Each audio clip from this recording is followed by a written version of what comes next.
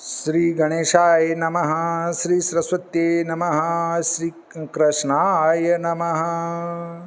देखिए, प्रथम स्कंद का तृतीय अध्याय प्रारंभ करते हैं। उसके पहले शंका ये होती है कि सनकादि ऋषियों ने सूत जी से श्री कृष्ण के अवतार की कथा पूछी थी, तो फिर सूत जी ने कृष्ण अवतार की कथा को छोड़कर उनके अवतारों का ही वर्णन कर डाला। इसमें बड़ा संदेह है। तो श्री कृष्ण के चरित्र दो प्रकार के संसार में दिख पड़ते हैं। सत्संग करने वाले मनुष्य तो श्री कृष्ण के चरित्र को मोक्ष रूप मानेंगे, और मूर्ख लोग श्री कृष्ण के चरित्र को विषय का समुद्र रूप मानेंगे। और युग युग में श्री कृष्ण का चरित्र बहुत विस्तार से लिखा है।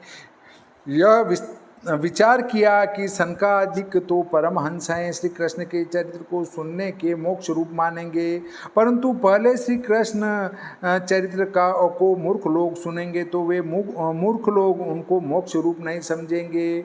उसको जार सुख मानकर श्री कृष्ण की नाई परिस्थितियों से क्रीड़ा करेंगे और रौरव नरक में पड़ेंगे। पहले श्री कृष्ण का अमृत रूप चरित्र जो वर्णन करेंगे तो मूर्ख लोग कृष्ण के चरित्र का अमृत को अमृत नहीं जानेंगे, विषय रूपी समुद्र समझकर उसमें डूब मरेंगे। और जो पहले और अवतारों के चरित्र वर्णन करेंगे तो उन चरित्रों को धीरे धीरे सुनकर मूर्ख भी ज्ञानी हो जाएंगे, और पीछे से श्री कृष्ण के चरित्रों को सुनेंगे तो ब्रह्म नहीं करेंगे, मोक्ष रूप मानेंगे। इसलिए प्रथम श्री कृष्ण का चरित्र सूत जी ने वर्णन नहीं किया। सूत उवाच जगृहे पुरुषं रूपं भगवान् महदादिभिः सम्भूत षोडशकला मादो लोकस्रक्षया। पर ब्रह्म अवतार जो धरे चार अरुबीस, सो बरनो अब चरित सब सुनिए कथा ऋषिश। सूत जी बोले कि हे शौनक ऋषि, इस अध्याय में 24 अवतारों की कथा है। प्रथम पुरुष अवतार हुआ, भगवान ने महत तत्व आदि पुरुष रूप धारण किया। संसार रचने की इच्छा कर 16 कला के रूप में ऐसे अवतार लिया। जब जलशाही नारायण ने योग निद्रा विस्तारी, उस समय श्री नारायण की नाभि रूप सरोवर के कमल में से विश्व रचने वालों के पति ब्रह्मा जी उत्पन्न हुए। जिनके अंग से जगत का विस्तार हुआ है वह भगवान का विशुद्ध तत्व महाबलिष्ठ रूप हैं। जिनके असंख्य चरण, जंगा, भुजा, मुख अद्भुत हैं, और जिसमें असंख्य मस्तक, श्रवण, नेत्र, नासिका हैं। असंख्य शीर, भूषण, वस्त्र, कुंडल विराज रहे हैं। ऐसे स्वरूप का ज्ञान नेत्रों से योगी जन दर्शन करते हैं। यह आदि नारायण सब अवतारों का बीज अव्यय हैं। सब कार्य अंत समय इसी में प्रवेश करते हैं। जिसके अंश ब्रह्मा जी हैं, जिसके अंश से मरीचि आदि देव, पशु, पक्षी, मनुष्य आदि रचे जाते हैं। प्रथम सनत कुमार अवतार श्री नारायण ने लिया। उनका चरित्र वर्णन करते हैं। वे प्रथम देव कुमार हुए। ब्राह्मण होकर भी अति अखंड कठिन तप कर ब्रह्मचर्य व्रत करते रहे। दूसरी बार वाराह अवतार धारण कर रसातल गई हुई पृथ्वी को उठा लाए। इस विश्व की उत्पत्ति के लिए यज्ञेश वाराह जी हुए। तीसरी बार भगवान नारद जी हुए। ऋषियों में देव ऋषि होकर सब कर्मों के बंधन से छूट गए, जिन्होंने वैष्णवों के लिए पंचरात्र तंत्र कहा। चौथी बार धर्म की कला नाम स्त्री के उदर से नर नारायण नाम से विख्यात ऋषि हुए, और संसार के जीवों को दिखाने के लिए बद्री केदार में जाकर तप किया। पांचवी बार कपिल देव अवतार धारण कर सिद्धेश कपिल नाम होकर बहुत दिनों से जो तत्व समूहों का ज्ञान नष्ट हो गया था, उसके निश्चय करने को सांख्य शास्त्र बनाकर आसुरी ब्राह्मण को उपदेश किया और अपनी माता को ज्ञान दिया। देखिए, बद्री क्षेत्र में जो नर नारायण ने तपस्या करी, तो उनकी कठोर तपस्या को देखकर इंद्र को भय हुआ कि ये दोनों नर नारायण इंद्रासन के लिए जो है ये भारी तपस्या कर रहे हैं। क्यों न इनकी तपस्या भंग कर दी जाए। तो अपनी अप्सराओं को उनने निर्देश दिया कि जाओ इन नर नारायण दोनों का की तपस्या भंग कर दो। पहले तो अप्सराओं ने मना किया कि हे राजा इंद्र या हे राजन, हम उनकी तपस्या भंग करने नहीं जा सकती, हमको भय लगता है कि कहीं वो हमारा ही नाश न कर दे। तब जबरन राजा इंद्र ने उनको नर नारायण की तपस्या भंग करने भेजा। तब वे बद्री क्षेत्र में जाकर अप्सराएं नृत्य करने लगी।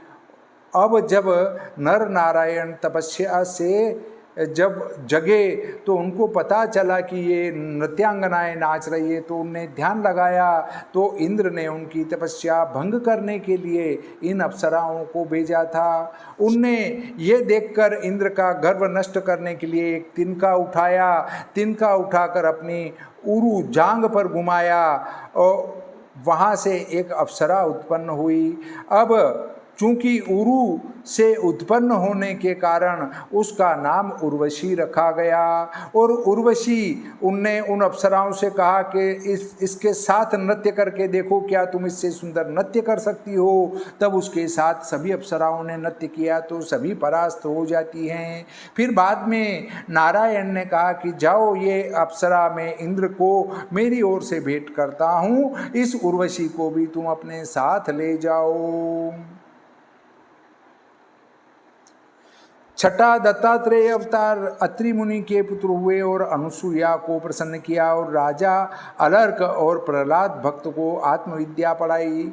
सातवां यज्ञ अवतार हुआ रुचि प्रजापति की आकृति नामक स्त्री के उदर से यज्ञ भगवान ने जन्म लिया। यामा नाम देवगण समेत स्वयंभू मनवंतर की रक्षा की। देखिए, यज्ञ भी नारायण का रूप है। अब आजकल जो कैसे भी लोहे के न वो पतरे के न कुंड बनाकर उसमें आहुति लगा रहे हैं, वो सारी की सारी आहुति व्यर्थ जा रही है। या तो यज्ञ स्तंडिल के ऊपर होना चाहिए या फिर यज्ञ बिल्कुल कुंड व्यवस्थित बनाकर करना चाहिए। आजकल घर में फर्श होता है, फर्श को न खोदते हुए ऊपर ही उसको बनाकर यज्ञ किया जाता है, वो बिल्कुल व्यर्थ है और उसका फल बिल्कुल भी नहीं मिलेगा, उल्टा हानि होगी। इसलिए यदि आप कुंड की आकृति दें तो उसको बिल्कुल अंदर से खोद कर और व्यवस्थित नाप के साथ बनावे, ईंटें लगाकर नहीं बनावे। 8वीं बार ऋषभ देव जी का अवतार हुआ। नाभि नाम राजा की मरु देवी नाम इंद्र की कन्या से प्रकट हुए। सब आश्रम जिसको नमस्कार करते थे उन्होंने धीर पुरुषों को वह परमहंस आश्रम दिखाया।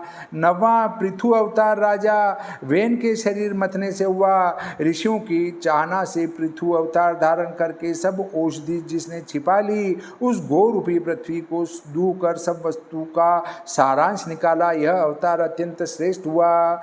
10वीं बार मत्स्यावतार लेकर चाक्षुष मनवंतर में सब समुद्र एक हुए। पृथ्वी की मय नामक दैत्य से विवस्वत मनवंतर में रक्षा की और सत्यव्रत को सप्त ऋषियों समेत नौका पर बैठा कर ज्ञान उपदेश किया और उसकी अपनी माया का कौतुक दिखाया। देखिए, लोग विभिन्न प्रकार की शंका करते हैं कि हम विष्णु पुराण पढ़ें तो विष्णु जी को मुख्य बताया गया है, शिव पुराण पढ़ें तो शिव जी को मुख्य बताया गया है, यदि हम ब्रह्म पुराण पढ़ें तो ब्रह्मा जी को मुख्य बताया गया है, यदि हम देवी पुराण पढ़ें तो देवी को मुख्य बताया गया है। तो क्या सत्य हैं? सब कुछ सत्य है। ये विभिन्न अवतार विभिन्न अलग अलग मनवंतरों में हुए हैं। जिस मनवंतर के जो मालिक थे सारे देवता उनके पास जाकर प्रार्थना करते थे और वे ही सर्वशक्ति से संपन्न थे, अर्थात उस मनवंतर के वे राजा थे। इसलिए हमारे वेद व्यास जी ने जो दिव्य दृष्टि से देखकर लिखा है वो उस मनवंतर का वर्णन हमारे सामने लाकर इस कलयुग में लिख डाला है। इसलिए कोई भी बात गलत नहीं नहीं है। जिस मनवंतर में शिव जी प्रधान थे तो वहाँ शिव जी की प्रार्थना, उस मनवंतर में शिव जी की आराधना ही मुख्य मानी गई थी। अब इस युग में नारायण प्रधान है तो नारायण ही मुख्य माने गए हैं।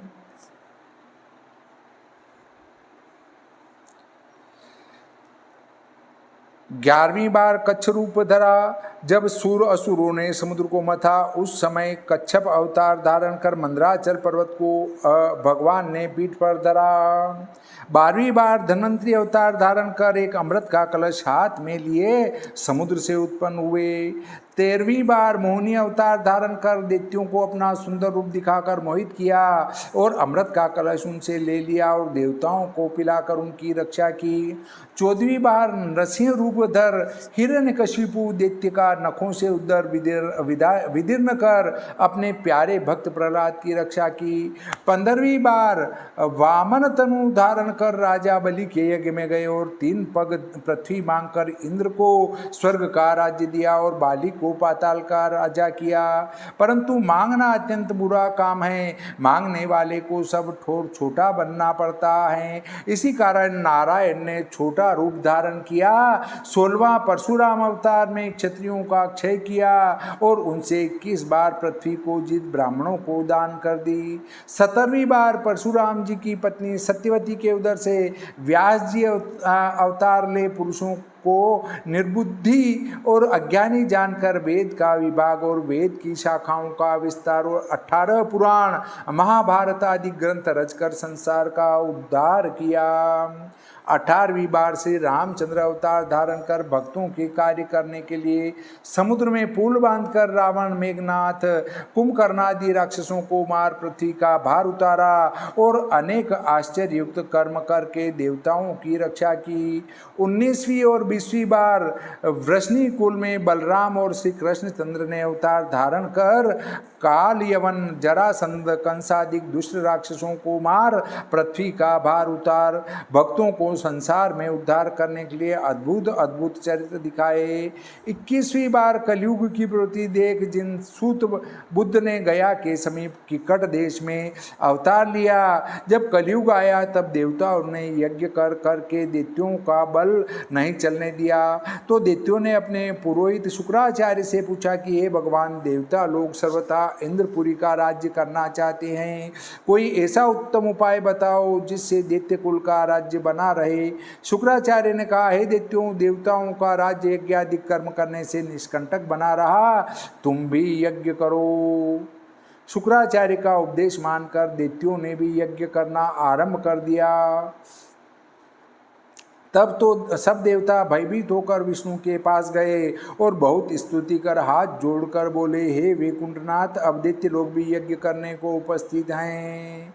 देखिए, शुक्राचार्य जी ने क्या कहा कि देवताओं का राज्य यज्ञादि कर्म करने से निष्कंटक बना रहा, इसलिए तुम भी यज्ञ करो, तुम्हारा भी राज्य निष्कंटक हो जाएगा। तो देखिए, वर्तमान समय में जो पशुओं की हानि करने में लगे हैं और जो शराब पीने में लगे हैं और जो धर्म विरुद्ध कार्य कर रहे हैं, वे शीघ्र नष्ट हो जाएंगे और अंत में बचेंगे वे ही जो यज्ञ और परमात्मा का ध्यान करते हैं। अब दैत्य लोग भी यज्ञ करने को उपस्थित हैं। जो उनका यज्ञ पूर्ण हो गया तो वे लोग हमसे बलवान हो जाएंगे और हमारा बल उनके सम्मुख कुछ न चलेगा और फिर हम उनको कभी नहीं जीत सकेंगे। अब हमको कोई ऐसा उपाय बताओ जिससे हमारा कल्याण हो। देवताओं का यह वचन सुनकर श्री नारायण जी ने उसी समय बौद्ध अवतार धारण किया।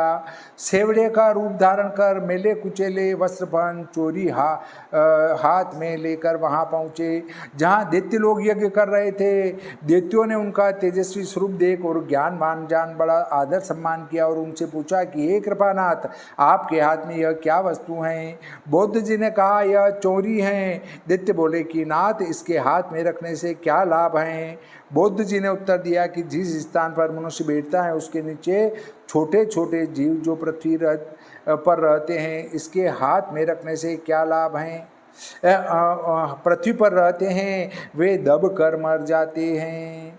बुद्ध जी ने क्या उत्तर दिया कि जिस स्थान पर मनुष्य बैठता है उसके नीचे छोटे छोटे जीव रहते हैं, इस वे दब कर मर जाते हैं, अतः चोरी से भूमि को झाड़ कर बैठना चाहिए जिससे जीवों की रक्षा हो। फिर दैत्यों ने पूछा कि हे स्वामी, आपके वस्त्र मेले कुचेले किस कारण हैं? बुद्ध जी ने कहा, कपड़े धोने से भी जीव हिंसा होती है क्योंकि वस्त्रों में भी अनेक जीव रहते हैं। दैत्यों ने जब इस प्रकार के वचन सुने तब तो दैत्यों के मन में दया उपजी और यज्ञ करने से उनका चित्त हट गया और परस्पर विचार करने लगे कि यज्ञ करने में तो अनेक जीवों की हिंसा होगी, तो हमारा सब यज्ञ करना निष्फल है, वरन और दूना पाप का भागी होना पड़ेगा। ऐसे मन ही मन में सोच समझकर दैत्यों ने यज्ञ करना बंद कर दिया। तब उनका सब पुरुषार्थ ढीला हो गया और सब धर्म कर्म नष्ट हो गया और सब देवताओं का बल बढ़ गया। 22वीं बार युग की संधि में जब राजा भी चोर हो जाएंगे तब संबल ग्राम में विष्णु यश नामक ब्राह्मण के यहाँ जगतपति कल के अवतार धारण करेंगे। अब जो है आगे का अवतार होगा वो कल की अवतार होगा।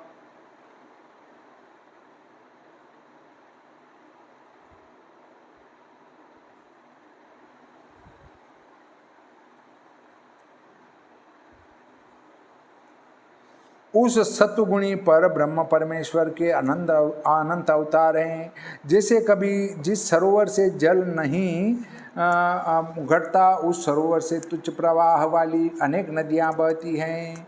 ऋषि मुनि देवता मनुसूत महाबली प्रजापति ये सब परब्रह्म परमेश्वर की कला हैं। उस अविनाशी पुरुष के यह सब अंश और कला हैं। श्री कृष्णचंद्र स्वयं भगवान हैं। शत्रुओं से जब जगत व्याकुल हो जाता है तब युग युग में अवतार लेकर सबको सुखी करते हैं।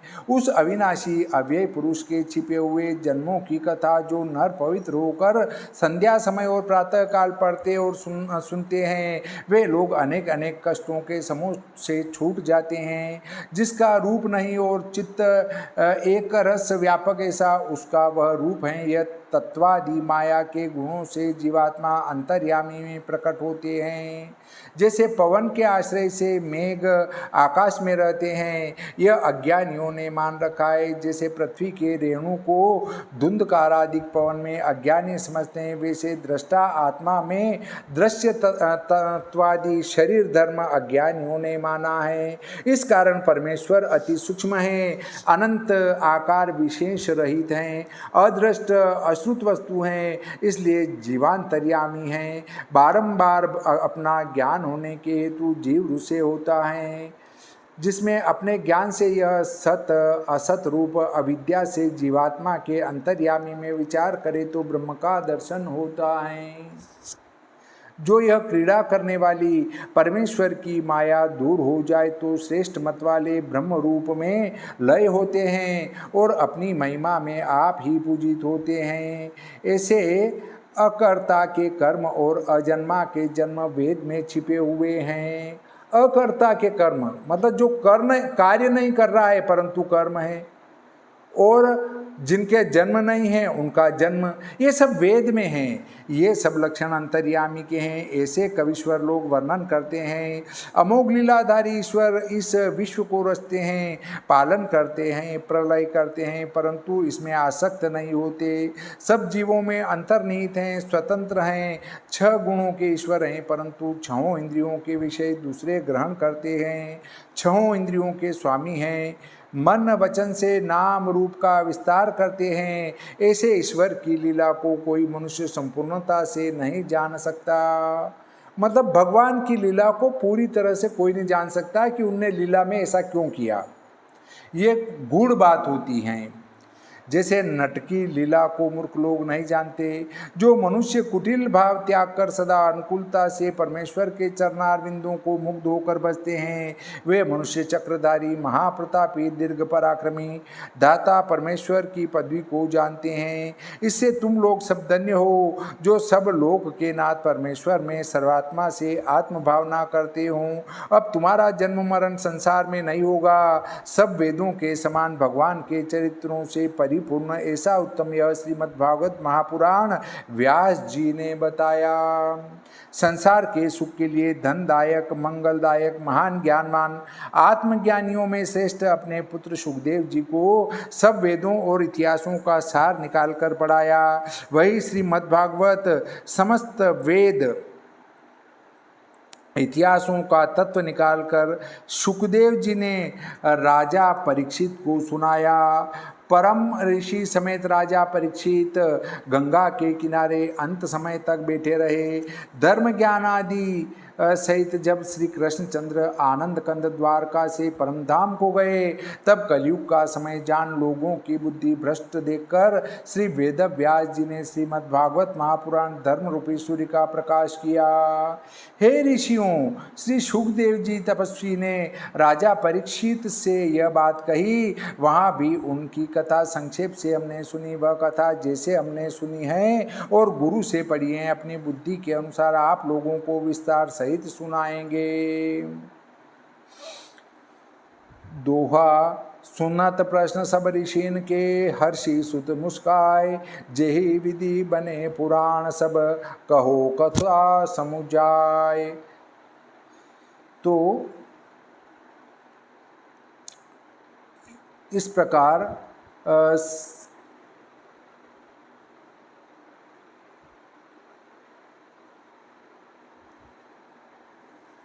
हमारा ये तीसरा अध्याय यहाँ संपूर्ण होता है।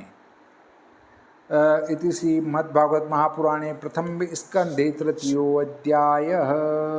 बोलिए श्री कृष्णचंद्र भगवान की जय, श्री रामचंद्र भगवान की जय, सरस्वती मैया की जय।